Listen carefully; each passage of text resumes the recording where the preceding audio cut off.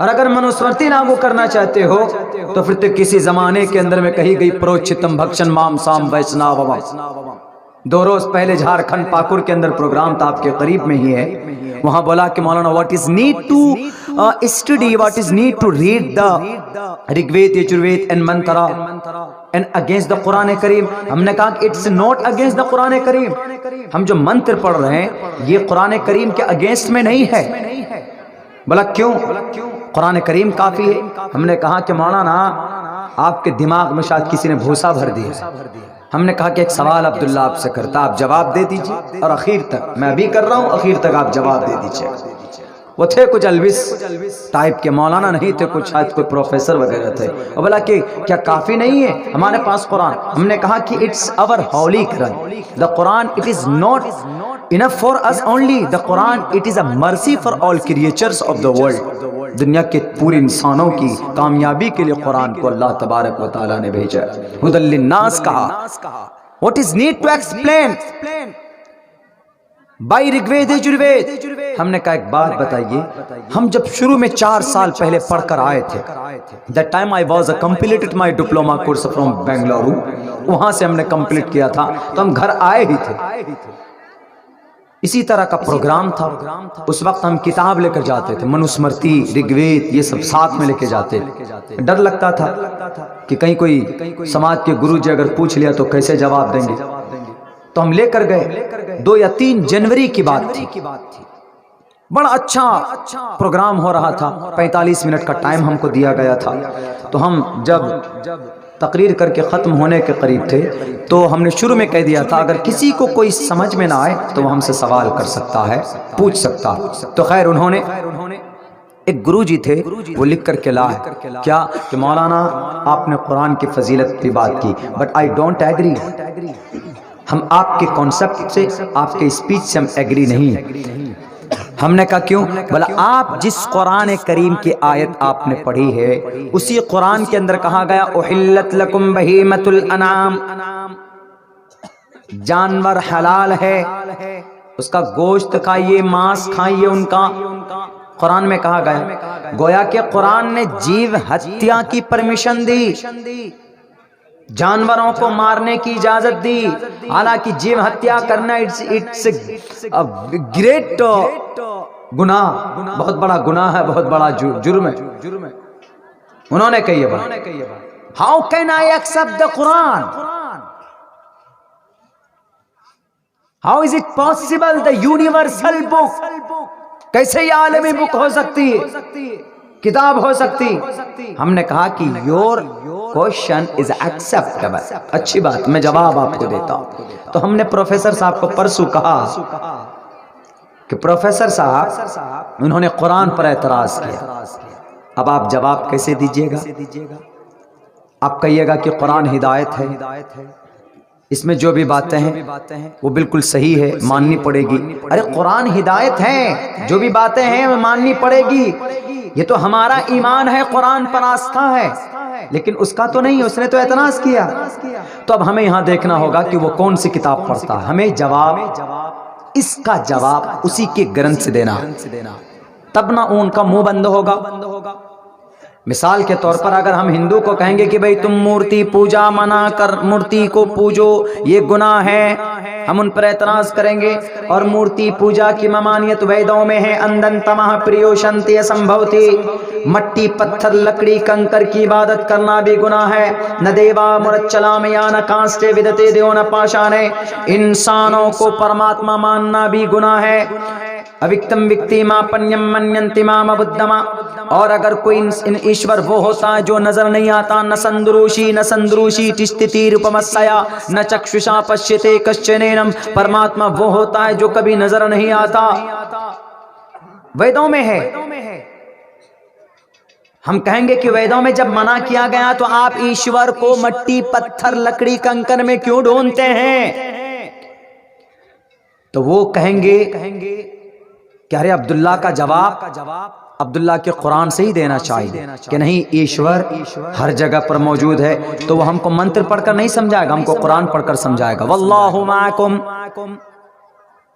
ऐनमा तुवल्लु वुजूहकुम, तब हमको समझ में आ जाएगा अरे हमारे कुरान में भी है कि अल्लाह हर जगह है।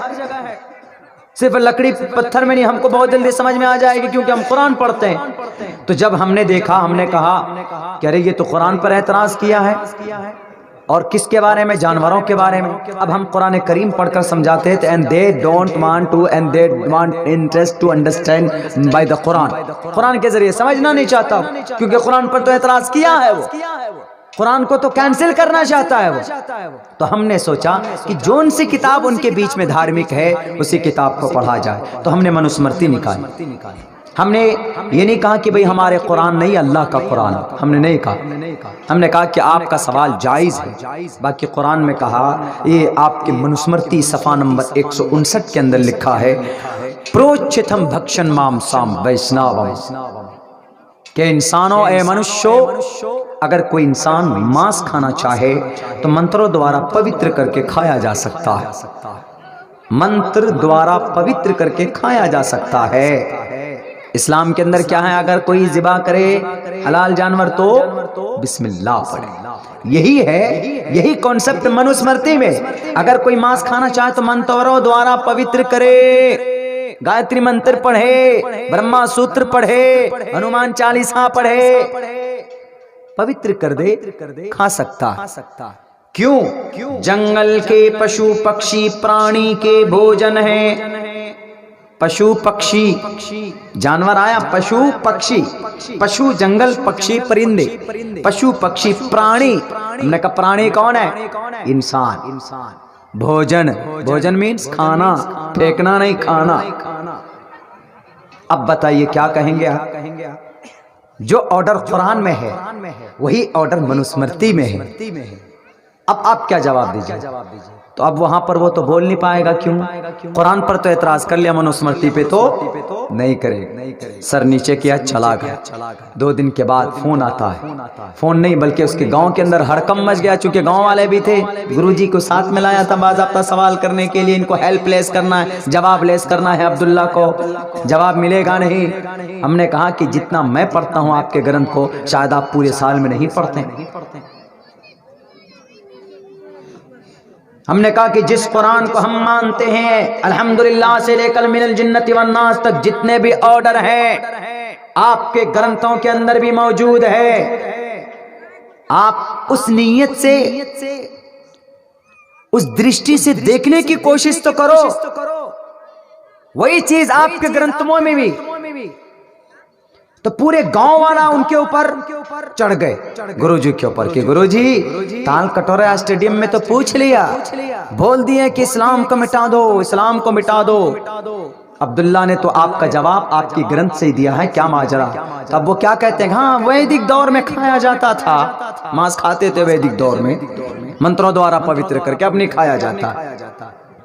उन्होंने कहा नहीं, कुछ ना कुछ करो। बैठकी हुई, मशवरा हुआ कि अब्दुल्ला को बुलाइए, उनको किसी तरीके से हराना है। हम अपने ग्रंथ को ऊंचा करेंगे, हम अपने मजहब को ऊंचा साबित करेंगे। हमारे पास फोन आया, हमने अपने उस्ताद से मशवरा किया। हमने कहा कि सर आपको रहना होगा। बोला तुमको अल्लाह ने किस लिए ताकत दी? तुम शागिर्द किस लिए बने? बोला जानकारी है, वेद साथ में लेके जाना, मनुस्मृति साथ में लेके जाना। ज्यादा क्या पूछेगा वो? महाप्रलय के बारे में मंत्र पढ़कर सुना देना, ओम पूर्णमिदः पूर्णमिदं पूर्णात् पूर्णमुदच्यते पूर्णस्य। ईश्वर के बारे में पूछेगा तो बता देना कि न तस्य प्रतिमास्ति यस्य नाम महद्दशा शैष एक विरधय कहवा। पूछेगा कि ईश्वर एक ही होता, रूप अनेक होते, तो बता देना आप ईश्वर की विशेषताएं के बारे में कि इंद्रम मित्रम वरुणम अग्निमाहि रतो देवस्य सुपर्णो गरुत्मानम एकम सद्विप्रा वदा वदन्ति। नमाज के ऊपर एतराज करे तो पढ़ देना, प्रथमा जा रका दियोवा दियो दिदियन मुजियते तृतीयानन कोडला कार्य चतुर्थर देव चंद्र का पंचम बिंदु संयुक्ता।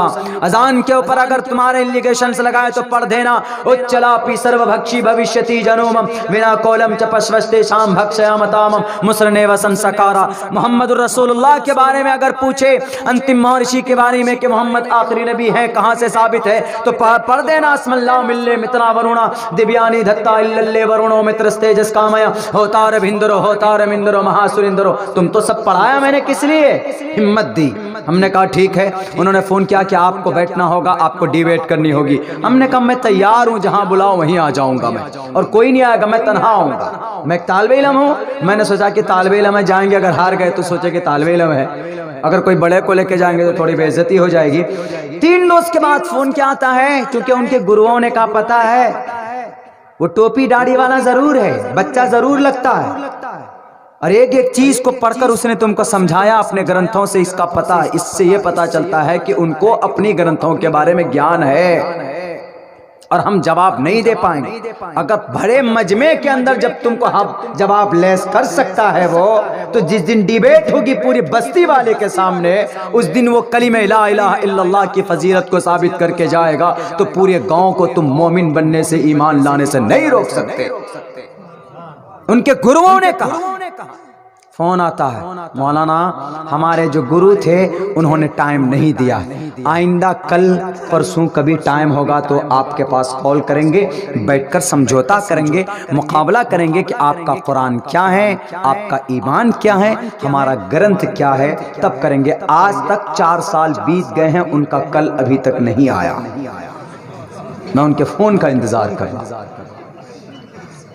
क्यों? Islam is the best religion to the entire world. ये किसी की लिखी हुई किताब नहीं,